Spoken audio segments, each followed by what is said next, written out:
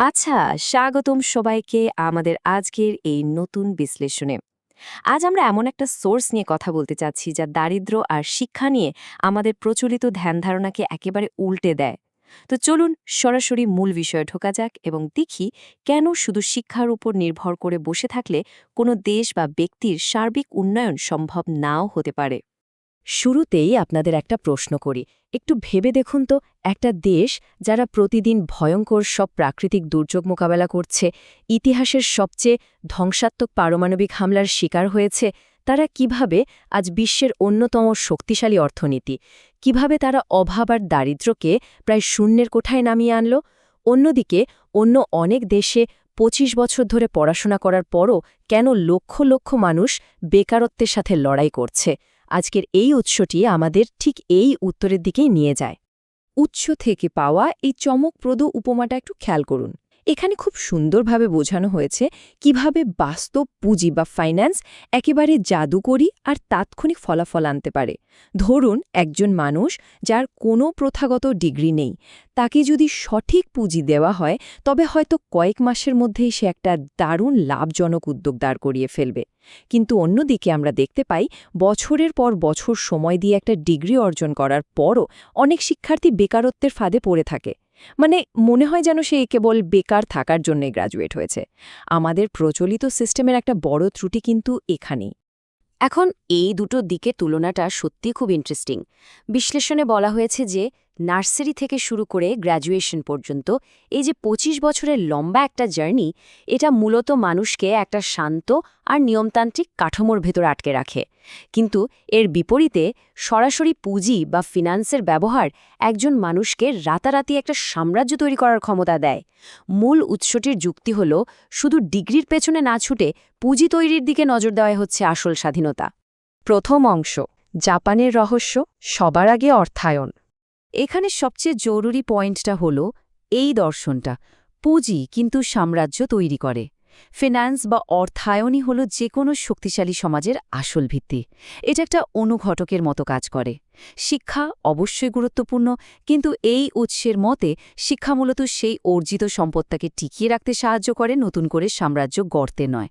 আর ঠিক এই কারণে জাপান তাদের মানুষের জীবনযাত্রার মান উন্নত করতে সবার আগে শক্তিশালী পুঁজির ওপর জোর দিয়েছিল। তো একটু তুলনা করে দেখা যাক।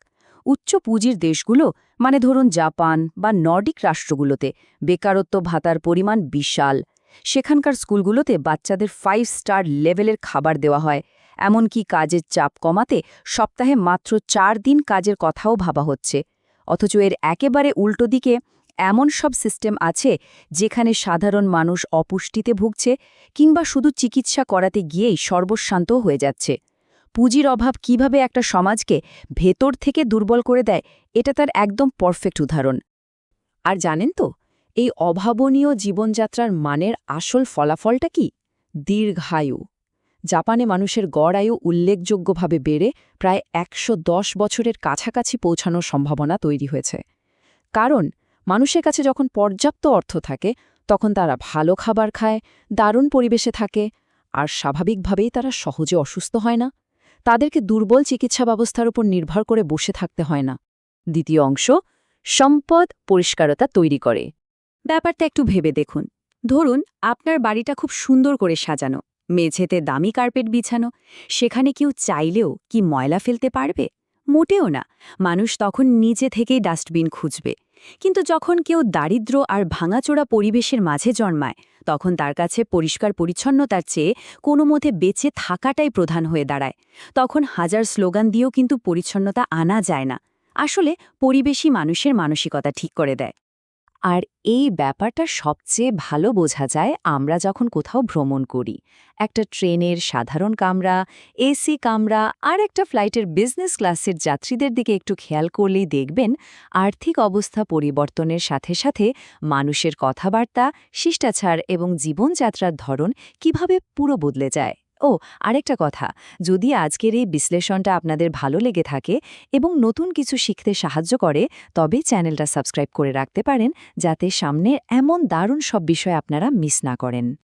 তৃতীয় অংশ, বুলেট ট্রেন এবং প্রাকৃতিক দুর্যোগ। ১৯৬০ সাল, এটা শুনলে সত্যি অবাক লাগে যে জাপান সেই ১৯৬০ সালেই বুলেট ট্রেন চালু করে দিয়েছিল। কিন্তু কেন? কারণ সে দেশের জনগণের কাছে পর্যাপ্ত টাকা ছিল এবং তারা ট্রেনের ওই দীর্ঘ বিরক্তিকর যাত্রায় সময় নষ্ট করতে একদমই রাজি ছিল না। তারা আরও উন্নত সেবার দাবি করেছিল, আর রাষ্ট্র সেই বিপুল পুঁজির জোরে সাধারণ মানুষের সেই চাহিদা পূরণ করতে বাধ্য হয়েছিল। উৎস থেকে পাওয়া এই নিরপেক্ষ সমালোচনাটা একটু খেয়াল করুন। জাপান যেখানে কয়েক দশক আগেই প্রযুক্তির একটা বিশাল লাফ দিয়েছিল, সেখানে অনেক সংগ্রামরত ব্যবস্থা আজও এমন কিছু ট্রেন নিয়ে উৎসব করে যার গড়গতি হয়তো মোটে ১২০ কিলোমিটার। আর মজার ব্যাপার হলো, সেই ট্রেন চালাতে গিয়ে আমার সাধারণ অন্যান্য ট্রেনের শিডিউল লণ্ডভণ্ড হয়ে যায়। এটা মূলত উন্নত পুঁজি আর সীমিত পুঁজির মধ্যে প্রযুক্তিগত পার্থক্যের একটা বাস্তব প্রমাণ। একটু জাপানের টিকে থাকার হিস্ট্রিটা দেখুন। পারমাণবিক হামলা থেকে শুরু করে ধ্বংসাত্মক সুনামি, ২০১১ সালের ফুকুশিমার মতো বিপর্যয় এবং প্রতিদিনের ভূমিকম্প, এত কিছুর পরও তারা মাথা উঁচু করে দাঁড়িয়ে আছে। কিন্তু কিভাবে সম্ভব হলো এটা? উত্তরটা লুকিয়ে আছে তাদের অর্থায়নে তৈরি অসাধারণ সব প্রকৌশলগত বিস্ময়ের মাঝে। জাপান তাদের বিপুল পুঁজি কাজে লাগিয়ে এমন সব অদ্ভুত বিল্ডিং বানিয়েছে যা ভূমিকম্পের সময়ও একদম নিরাপদ। তাদের পিলারগুলোতে স্প্রিংয়ের মতো সাসপেনশন থাকে, ভবনের মাঝখানটা ফাঁকা রেখে সেখানে বিশাল আর ভারী লোহার পেন্ডুলাম বল ঝুলিয়ে দেয়া হয়। এটা কম্পনের সময় ভবনের ব্যালেন্স ধরে রাখে। জানেন, এই অত্যাধুনিক প্রযুক্তির কারণেই ভূমিকম্পের সময় জাপানের স্কুলগুলোতে ক্লাস বন্ধ করে বাচ্চাদের বাইরে দৌড়াতে হয় না। আমাদের চতুর্থ এবং শেষ অংশ, ডিগ্রির চেয়ে পুঁজি। উৎস থেকে পাওয়া এই উপমাটা আমার কাছে দারুণ পাওয়ারফুল মনে হয়েছে। শিক্ষাকে তুলনা করা হয়েছে পাহাড়ের ঢালে থাকা একটা গাড়ির ব্রেকের সাথে। ব্রেক যেমন গাড়িটাকে নিচে পড়ে যাওয়া থেকে বাঁচায়, শিক্ষাও তেমনি আপনার অর্জিত সম্পদকে রক্ষা করতে সাহায্য করে। কিন্তু গাড়িটাকে পাহাড়ের চূড়ায় ওঠাতে তো একটা শক্তিশালী ইঞ্জিন লাগবে, তাই না? তেমনি একটা সাম্রাজ্য গড়তে প্রথমেই আপনার পুঁজির প্রয়োজন হবে। ইঞ্জিন ছাড়া শুধু ব্রেক দিয়ে কি আর সামনে এগোনো যায়? আর সত্যি বলতে, এটাই হলো কর্পোরেট দুনিয়ার আসল বাস্তবতা। বড় বড় বিজনেসের মালিকদের কি সবকিছু জানতে হয়? মোটেও না। তারা শুধু তাদের পুঁজি ব্যবহার করে কাজের জন্য মেকার, চেকার, সিএ, অ্যাকাউন্ট্যান্ট এবং অডিটরের মতো বিভিন্ন স্তরের এক্সপার্টদের হায়ার করে নেয়।